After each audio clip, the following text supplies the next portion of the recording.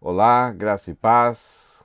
Estamos fazendo estudos de uma série chamada Jornada Bíblica do Novo Testamento. É um estudo panorâmico, é um estudo sintético de todos os livros do Antigo Testamento, o pano de fundo e as informações básicas necessárias para nós entendermos o foco de cada autor e o desenvolvimento da mensagem de cada autor do Novo Testamento. E o pano de fundo, as razões que levaram o autor a escrever aquele livro e as contribuições que esses livros trazem para a nossa fé, para a doutrina, para a prática da nossa vida cristã.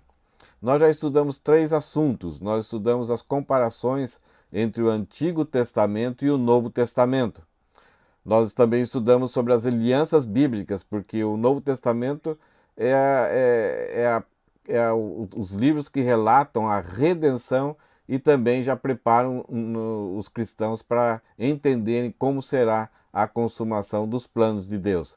Nós estudamos no último estudo, então, os temas do Novo Testamento.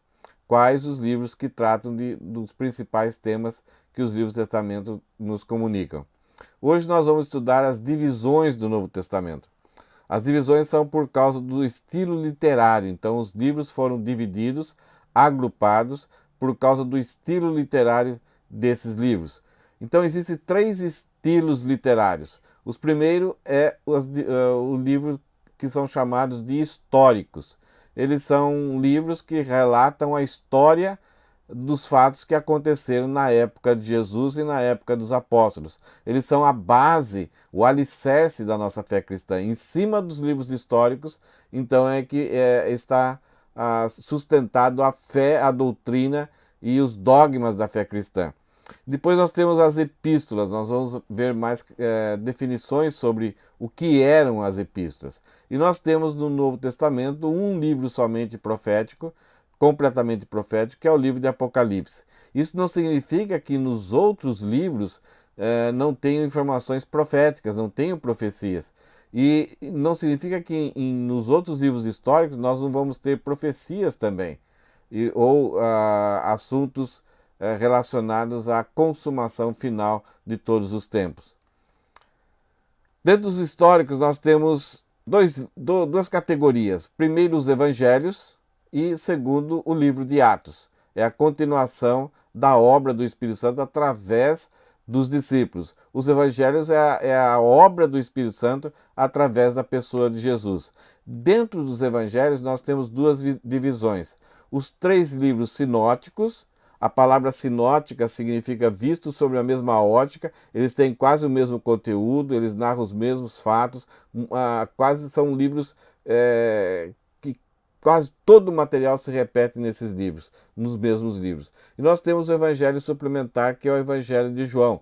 92% desse evangelho não se encontra nos outros evangelhos. Então, por isso ele foi escrito depois, então ele suplementa, ele dá mais informações por causa das intenções de João em escrever acerca de Jesus. Nós temos também, depois dos livros históricos, que são os evangelhos, o livro de Atos, nós temos as epístolas, são cartas, e nós temos o grupo das epístolas paulinas, que foram escritos pelo apóstolo Paulo. Então, Paulo escreveu às igrejas e também escreveu a pessoas que eram companheiros dele, que estavam trabalhando junto com ele. Então, ele dá orientações, ele comissiona essas pessoas. Então, ele escreve diretamente essas cartas para essas pessoas. Por que nós estamos falando isso? Que isso é importante nós sabemos. Porque esses livros eles têm um foco e um desenvolvimento. Nós temos que saber para quem foram escritos esses livros, qual era a razão desses autores escreverem, para que ao interpretar, ao entender aquela mensagem daquele versículo, daquele capítulo e de todo o livro, nós precisamos entender essas informações. Porque nós poderemos correr o perigo de tirar um texto fora de contexto, aplicarmos a nós, sendo que aquele texto especificamente talvez esteja aplicado somente àquela pessoa para quem Paulo escreveu. Então é muito importante isso no processo de interpretar e sermos honestos para a interpretação do texto bíblico. Então, além das Paulinas, dentro das Paulinas nós temos cartas que Paulo escreveu durante as suas viagens missionárias. Paulo fez 3 viagens missionárias, ele foi chamado, comissionado por Jesus, ele tem uma vida fantástica, uma vida dinâmica, de perseguições, de resultados muito bons de implantação de igrejas, viajava a pé, viajava de navio, ficava algum tempo, pouco tempo muitas vezes numa cidade, ficava em outra cidade, ficava muito tempo, e sempre comissionando e sempre indo avante. Então Paulo fez 3 viagens missionárias, ele sempre vai sair de Antioquia, vai fazer essas viagens missionárias e volta novamente para Antioquia para prestar relatórios. E ele vai fazer uma 4ª viagem missionária, então trazendo uma oferta ali para Jerusalém. Depois que Paulo fez a primeira viagem missionária, ele escreve o livro de Gálatas.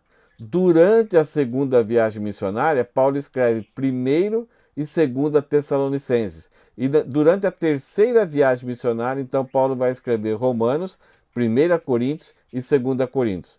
Então, no final, depois de um tempo, ele é preso e os judeus querem matar ele, e os romanos até protegem Paulo, e Paulo então apela para ser julgado por César, porque além de judeu, Paulo tinha cidadania romana, isso dava direito dele ir para um tribunal superior. Então ele foi enviado para Roma, tem uma aventura, tem naufrágio nessa viagem, e ele é preso junto a soldados numa casa que ele alugou, ele precisava ser sustentado. Então, estando lá em Roma, preso aos soldados, ele, naquela impossibilidade de viajar, de ajudar as igrejas, e as igrejas continuaram com contato com ele, então ele envia 4 cartas para essas igrejas para consolar, para orientar, para desafiar, para corrigir situações que essas igrejas estavam enfrentando. Então, nessa prisão, ele vai escrever 4 cartas: Efésios, Filipenses, Colossenses e Filemão. Nós temos também, depois das epístolas paulinas, nós temos um outro grupo que vai aparecer no Novo Testamento, que são chamadas epístolas gerais. Essas epístolas, há muito tempo atrás, nas nossas Bíblias, elas tinham outros 2 nomes. Elas eram chamadas de epístolas católicas ou epístolas universais. A ideia é que elas não foram escritas para um grupo específico, elas eram escritas para várias pessoas, os destinatários são pessoas gerais. Então nós vamos ver, quando estudarmos cada livro, para qual era o foco de cada um desses livros. Então nós temos as epístolas gerais que foram escritas especificamente para judeus, os judeus cristãos, e também para evangelizar os judeus, e epístolas gerais escritas para judeus e gentios. Esse era um problema ainda que precisava ser resolvido, ser adaptado, essa junção de judeus e gentios como igreja. E nós temos o último livro, então, do Novo Testamento, que é o livro de Apocalipse, é o livro profético do Novo Testamento. Vamos ver agora alguns detalhes mais específicos dessas divisões. Os livros históricos que nós falamos, que é os evangelhos, o sinótico, suplementar e mais o livro de Atos, eles vão narrar os fatos da vida de Jesus e da vida da igreja, começando ali com Pedro sendo proeminente na primeira parte até o capítulo 9, e depois o ministério de Paulo, chegando Paulo até Roma. Então esses fatos narram a veracidade do evangelho, a autenticidade da historicidade, de que os fatos realmente aconteceram, tanto com Jesus como os fatos aconteceram com a igreja. Então eles são o alicerce. Em cima desse alicerce é que então é criado, é baseado toda a fé cristã, a doutrina cristã.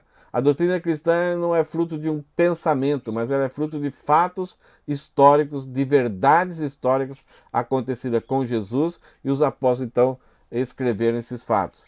Evangelhos, como vocês já sabem, significa boas novas. Então, uma boa notícia diante de uma guerra que uma nação recebia dizendo que houve uma vitória. Então agora eles podem se apropriar dessa vitória, confiar que houve essa vitória, sossegar e festejar. Então é uma boa notícia. Uma boa notícia, ela vem por causa de uma má situação, de más notícias. Então o Novo Testamento, Isaías principalmente, vai pintar um quadro bem sério sobre a realidade da humanidade, a realidade de todos os homens. O povo que andava em trevas viu uma grande luz. Isto é, essa é a realidade da humanidade. Está em trevas. E de repente surgiu uma grande luz. Então Deus se revela e traz essa verdade, e Ele abre o coração dos homens e traz a salvação através de Jesus. Então, tanto o Antigo Testamento como o Novo Testamento não foi uma elaboração, não foi uma criação, uma invenção do ser humano. É Deus revelando e mostrando a sua verdade e exigindo que nós crêssemos nessa verdade e não adulterássemos, não mudasse essa verdade. Então, tanto a verdade foi revelada, como o entendimento dessa verdade é iluminado. Nós não podemos de nós mesmos acharmos isso e aquilo. Nós precisamos depender da ação do Espírito Santo para entender corretamente. E não podemos, eu penso assim, você pode pensar de outro jeito. Não, há uma só verdade. Então qualquer mancha nessa verdade é outro evangelho e deve ser rejeitado. 90% do evangelho de Marcos está repetido em Mateus e Lucas. Esses são os três evangelhos sinóticos. Então 90% do evangelho de Marcos está repetido em Mateus e Lucas. Eles usam ênfases diferentes, um pouquinho Mateus usa uma ênfase mais sobre dinheiro, sobre a nação de Judá, sobre a nação de Israel. Marcos vai falar mais dos romanos, a contagem de tempo dos romanos. Lucas vai falar mais no sentido grego, mais expansão do mundo. Mas os fatos, as histórias, elas se repetem nesses livros. Marcos é muito mais conciso, Mateus é maior e Lucas é muito maior. E aí nós temos uma dúvida: qual evangelho foi escrito primeiro? Será que foi Marcos? E aí Mateus ele expandiu e Lucas copiou dos dois? Porque quem são esses três personagens?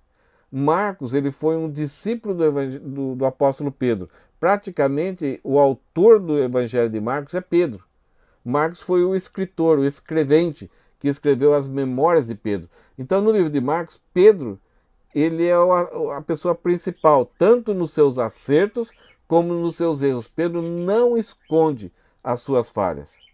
Então, nós não sabemos se Marcos foi escrito primeiro e Mateus então expandiu e Lucas expandiu um pouco mais, usou tanto Marcos como Mateus, mas alguns acreditam que talvez Mateus escreveu primeiro. E aí Pedro usou tanto material daquilo que Marcos tinha escrito e também as suas memórias, e aí que Mateus tinha escrito e as próprias memórias que ele tinha, e aí Lucas pegou tanto o material de Mateus, tanto o material de Marcos, e também Lucas fala que ele fez uma pesquisa, ele fez acuradamente uma pesquisa, ele checou outros fatos, outras histórias, e de forma bem precisa e bem acurada. O importante que nós vemos aqui é que Mateus tem autoridade para escrever esse livro, histórias sobre Jesus, sobre a vida de Jesus, porque ele foi um discípulo e foi apóstolo. Marcos tem autoridade porque são as memórias de Pedro.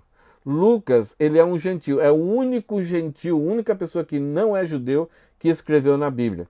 Ele, inclusive, no Novo Testamento, é a pessoa que mais escreveu até mais que Paulo, com apenas 2 livros, o Evangelho e o livro o livro de Atos. E a gramática dele, a erudição dele, o conhecimento que ele tinha do grego é muito melhor de todos os outros autores do Novo Testamento. Então Lucas ele fez uma pesquisa e sobre o Evangelho ele conviveu muito com os apóstolos, então ele pesquisou, ele acurou, ele checou para ver se aquilo realmente é aquilo que aconteceu. E no caso do livro de Atos, ele esteve na maior parte das vezes presente nesses eventos. Ele foi um companheiro de Paulo, ele era médico, ele é chamado até de médico amado, e possivelmente ele foi o pastor da igreja de Filipenses, uma igreja amorosa que contribuiu muito com o ministério de Paulo.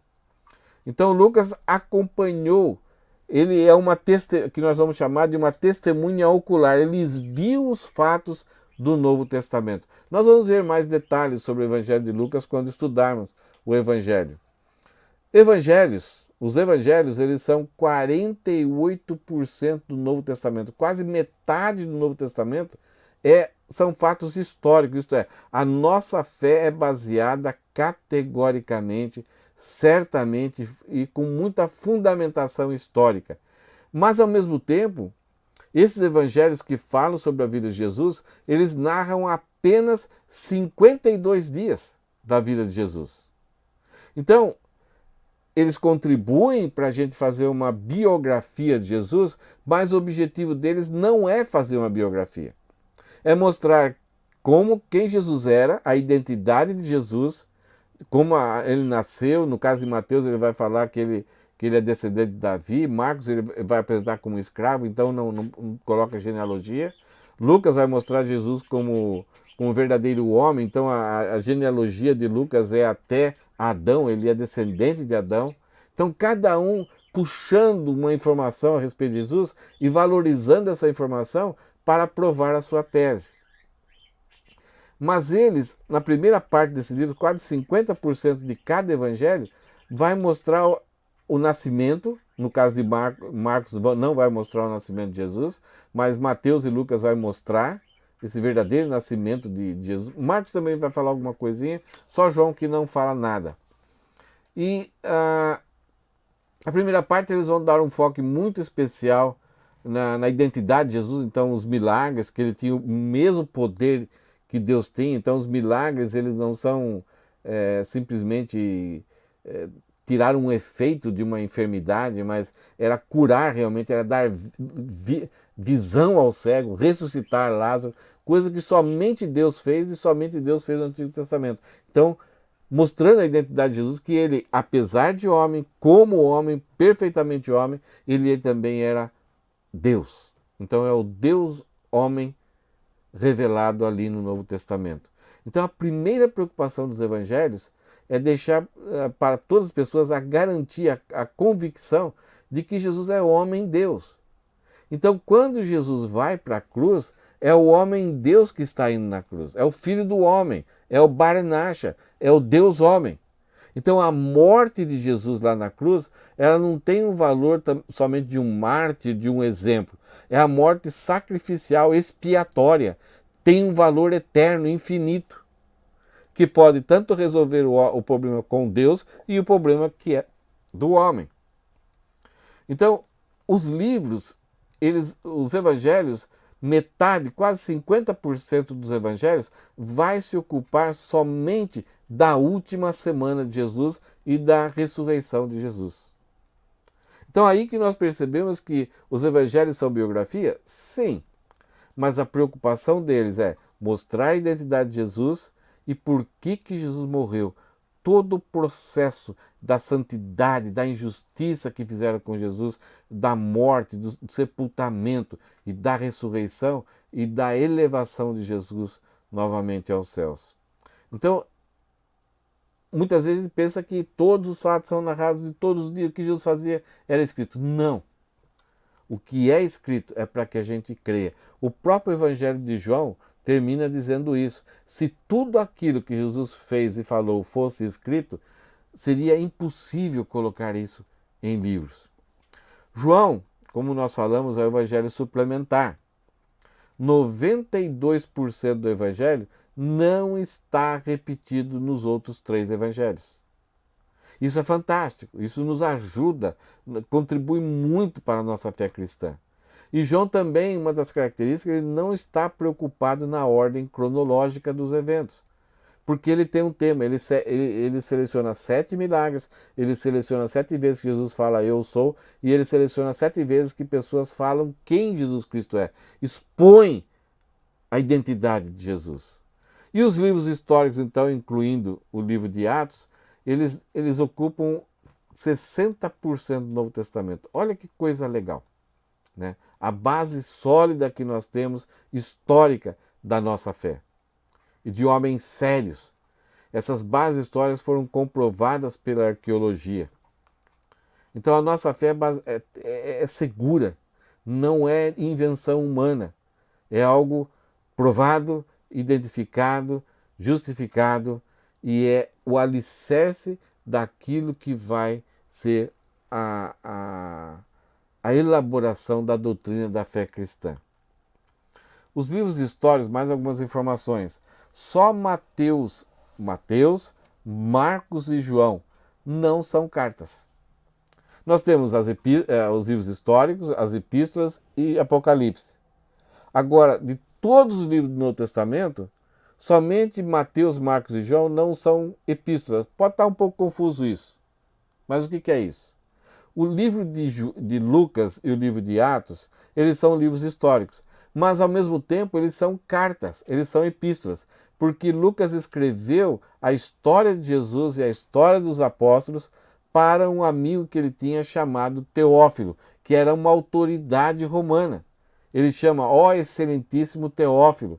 Então Lucas estava preocupado em escrever um material como sendo história, mas escrever como carta para esse amigo, para provar que o evangelho não é ilegal nem para os romanos, nem para os judeus. E os judeus e os romanos erraram com tudo que fizeram com Jesus. A ordem que nós temos dos livros do Novo Testamento é uma ordem lógica e não cronológica. Então, cada autor dos livros históricos, cada autor, ele vai colocar a ordem que é melhor para ele, para o desenvolvimento dele, em convencer, em ganhar a mente dos seus ouvintes. Então nós temos o Evangelho Sinóptico, suplementar, e o livro de Atos ele vai servir como um livro de transição. Transição do quê? No caso da localização do livro de Atos, ele se localiza entre o Evangelho de Lucas, né, o Evangelho de João e o livro de Romanos. Então ele faz uma transição entre o Antigo Testamento, a história de Jesus, com Paulo, o Evangelho chegando aos gentios, chegando aos romanos. É muito interessante essa posição do livro de Atos aí, mostrando que o Evangelho começou em Jerusalém, na Judéia, em Samaria e até os confins da terra. E logo após o livro de Atos, nós temos o livro de Romanos. O livro de Atos, por ser também um livro de transição, nós temos que ter muito cuidado em olhar algum evento e achar que aquele evento, somente com o livro de Atos, nós podemos então entender alguma doutrina. Apesar daquilo que aconteceu, de ter acontecido, nós precisamos pegar aquele evento, aquelas verdades que estão ali e entender aquelas verdades de acordo com as epístolas paulinas. Porque as epístolas paulinas vão mostrar para nós o significado daquele evento, se aquele evento vai ser repetido ou não, ou se foi só uma vez ou é algo que vai ser continuidade em toda a história da igreja. Então não podemos isolar esses fatos nem dos livros históricos e nem do livro de Atos, somente ali, sem entender o que o resto do Novo Testamento vai falar sobre esse assunto.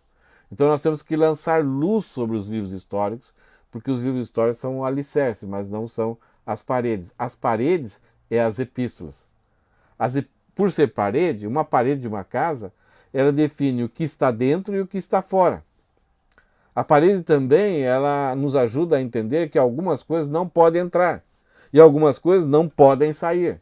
Então o alicerce é os livros históricos, mas as paredes são as epístolas. Elas são os dogmas que nós chamamos, é a estrutura do Novo Testamento, das verdades da nossa fé. Epístola significa uma carta grande. Então existia, né, nós temos hoje e-mails, mensagens, essas formas de mandar recadinho. Mas as pessoas existiam cartas normais, pequenas, mas havia uma circulação quando uma pessoa estava muito longe, principalmente uma autoridade, um general do exército estava muito longe, um imperador, alguém que tinha uma viagem muito longa, ele resolvia fazer uma carta muito grande para sua família ou para os seus superiores, e ele relatava quase todas as coisas que já tinham acontecido, que estava acontecendo e que possivelmente ia acontecer. Então era uma epístola, era uma carta grande. A média dessas cartas era de 1.300 palavras. E muitas dessas cartas ficaram famosas. Mas as epístolas do Novo Testamento, que são famosas, mas porque estão nas Escrituras, muitas vezes o mundo secular não dá tanto valor. Olha só, a Carta de Romano, que é uma obra-prima da humanidade, ela tem 7.101 palavras. Então é uma epístola grande, muito bem escrita, muito bem elaborada, muito bem estruturada, muito bem pensada. E ali a gente vê a ação do Espírito Santo em mover o apóstolo Paulo para deixar para nós a fé cristã sistematizada. O nome dessas epístolas paulinas, a categorização dela é paulinas, mas essas cartas vão levar o nome de quem recebeu essas epístolas. Então nós temos a Epístola Paulina, isso aqui, Paulo escreveu aos romanos. Então ele escreveu aos moradores de Roma. Depois nós temos a carta que Paulo escreveu aos Coríntios, a igreja que existia lá em Corinto, a igreja que existia em Éfeso, a igreja que é da região das Galácias, que eram 4 cidades, então é uma região. Então os destinatários vão assumir o nome dessas cartas. E a ordem que nós temos na Bíblia, Romanos, 1 Coríntios, 2 Coríntios, Gálatas, Efésios, Filipenses, Colossenses, essa ordem aí não foi a ordem que Paulo escreveu. Então Romanos não é a primeira carta. Essa ordem que nós temos na Bíblia é que Romanos é a maior carta e daí vai diminuindo o tamanho. Então a ordem é por tamanho. Essa é uma resolução que pessoas, quando organizaram o códice bíblico, quando organizaram a Bíblia para a impressão das Escrituras, eles resolveram colocar nessa ordem, então seguiram esse padrão, conversaram entre eles e aí aceitaram, acharam que havia uma lógica, ficava bem assim, e nós temos assim. Mas essas cartas eram individuais antes. E algumas cartas elas eram direcionadas para a igreja de Roma, mas ao mesmo tempo a carta era tão boa que fizeram cópias e começaram a distribuir, e essas cartas, os manuscritos dessas cartas foram preservados. Nas epístolas paulinas, as cartas que Paulo escreveu, ele normalmente tem 2 divisões. Algumas vezes ele mistura, mas os assuntos principais que Paulo vai tratar, primeira coisa vai ser a doutrina ou posição do crente em Deus. Doutrina aqui não é uma lista de regras, de costumes. Muitas pessoas confundem isso. Doutrina aqui é as verdades estabelecidas por Deus a respeito da fé cristã. Envolve, então, reconciliação, justificação, santificação, expiação, perdão, glorificação. Então, como que Deus estabeleceu essas verdades para a gente entender quem nós somos, o que Deus fez, o que Jesus Cristo fez, qual a obra de Cristo, o que aconteceu conosco, o que está acontecendo hoje conosco, o que vai acontecer no futuro. Então entender esses temas, essas verdades, essa doutrina é extremamente importante, entender de forma correta a eleição, a predestinação. Só termos uma ideia por cima, ou acharmos que essas palavras significam isso e aquilo, sem ter a base bíblica, o entendimento correto bíblico, é muito perigoso. Então, de acordo com essa nossa posição daquilo que nós éramos, daquilo que Deus é, daquilo que Jesus Cristo é, daquilo que Ele fez por nós e como nos apropriamos, qual é a maneira de Deus nos salvar e quando nós somos salvos, o que aconteceu conosco, o que está acontecendo e o que vai acontecer, isso vai produzir, então, a segunda parte que Paulo vai fazer é trazer para nós qual é o nosso dever. Então, se nós somos salvos, estamos com Deus, nós somos eleitos, nós somos justificados, nós somos regenerados, nós somos reconciliados com Deus, estamos sendo santificados e vamos ser glorificados e nada poderá separar-nos do amor de Deus, então como nós devemos viver aqui? Então, o segundo tema das epístolas paulinas, Paulo vai sempre tratar do dever e da prática. Então, no capítulo 12 de Romanos, ele fala: rogo-vos, pois, irmãos, pelas misericórdias de Deus, isto é, o que Deus fez por nós, para que andeis do modo digno da vossa vocação. Isso é, para que a gente ande de acordo com aquilo que a gente é. Essa é uma verdade muito séria. Porque o cristianismo não é seguirmos um monte de regras para tentar, no final, conseguir favor de Deus. Não. A salvação é o princípio, não é o fim. Isto é, nós temos que ser salvos, reconhecermos, então no momento de sermos justificados, e aí, como salvos, como que nós devemos agir? Esmurrando o velho homem, mortificando os desejos da nossa carne. Não para conseguir a salvação, mas porque a salvação ela já foi apropriada por nós. Então isso que é o dever e a prática. Então Paulo vai falar de doutrina e da nossa posição em Deus, o que nós somos, e por causa disso, como nós devemos agir como nós devemos praticar a nossa vida, o nosso novo status, nosso novo homem que habita em nós. As epístolas gerais, elas foram escritas para várias igrejas, para vários grupos, algumas pessoas, mas elas têm dois assuntos. O primeiro é sofrimento ou perseguição, isto é, sofrimento que vem através da perseguição, isto é, os crentes eram perseguidos por serem cristãos, por amarem a Jesus Cristo, por crerem que Jesus Cristo é homem e é Deus e morreu pelos nossos pecados, que a salvação é somente obtida pela graça mediante a fé, principalmente no caso assim que eles falavam que agora não é mais pelas obras da lei. Então isso os judeus ficavam muito bravos com esses cristãos. Então o primeiro assunto das epístolas gerais é falar dessa perseguição, desse sofrimento gerado por essa perseguição. Então eles vão, João, Pedro, Judas, Tiago, Hebreus, eles vão consolar esses cristãos, a igreja cristã, para viver, para permanecer na fé, não abandonar, não se desviar, para manter firme, mesmo diante de perseguição e sofrimento. Ao mesmo tempo que havia perseguição e sofrimento, a igreja enfrentava, havia muito a chegada de pessoas dentro da igreja que começava com ideias erradas e contra as verdades dos evangelhos. Então havia a heresia produzida pelos falsos mestres. Pessoas que com a sua cultura, a sua religião interior, com os costumes, com outras ideias, tentavam juntar as verdades do cristianismo e mudar essas verdades. Então, principalmente mudavam verdades a respeito do nosso Senhor Jesus Cristo. Então as epístolas gerais servem para orientar as igrejas para evitar esses falsos mestres. Então Judas, Pedro vai identificar esses homens, como que eles agem, como que eles são, para que a igreja desperte, porque geralmente esses falsos mestres não vêm com crachá, e eles vêm com uma palavra muito sedutora, e vem de encontro com o nosso coração pecaminoso, que a gente fica contente com aquilo. Mas geralmente eles são o foco da atenção, eles são personalidades, eles são celebridades e eles atraem muitas pessoas para eles. E o interesse deles é com eles mesmos. Eles querem depenar a vida dos verdadeiros cristãos.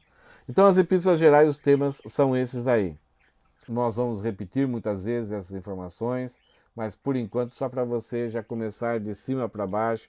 Nós vimos as divisões, nós vimos alguns assuntos principais e aí vai chegar nós vamos ver o pano de fundo da época de Jesus, por que ele veio, por que as pessoas tiveram dificuldade de aceitar ele, e vamos chegar a um ponto então de estudo por estudo, mergulharmos em cada livro e vermos os assuntos principais, os temas principais e como cada autor desenvolve isso.